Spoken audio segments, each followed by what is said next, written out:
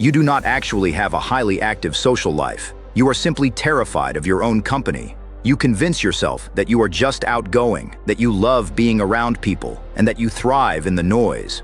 But look closely at your choices. You constantly surround yourself with individuals you do not even deeply respect.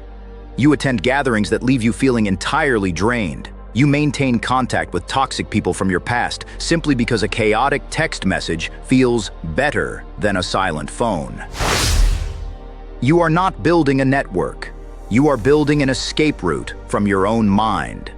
Observe the physical discomfort you feel the exact moment you are left completely alone in a quiet room. The silence feels heavy. It feels suffocating. Your immediate biological response is to reach for a distraction. You turn on the television just to have background noise. You open an app to listen to a podcast, or you frantically scroll through social media to simulate the feeling of human connection. You are constantly running. You must ask yourself a terrifying question. If you are this desperate to avoid spending a single hour alone with your own thoughts, what exactly are you running from? You have made your internal world such an uncomfortable place to live that you would rather tolerate the exhausting drama of strangers than sit in silence with yourself. The German philosopher Arthur Schopenhauer possessed a profoundly clear, unyielding view of human behavior. He observed this exact desperation in society over a century ago. Schopenhauer stated, "A man can be himself only so long as he is alone.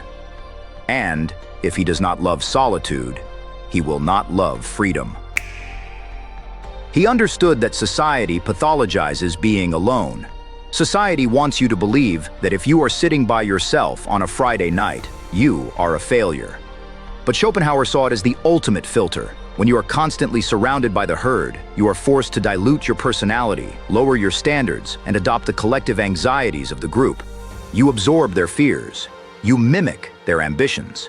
You entirely lose your own psychological baseline. To reclaim your psychological independence, you must execute the solitude immersion.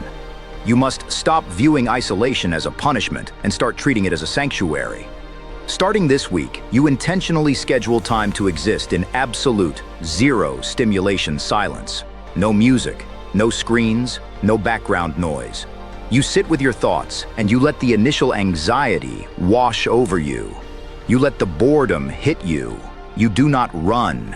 You face whatever quiet insecurities are floating in your mind. You process them. You organize your internal architecture. You learn how to become your own anchor.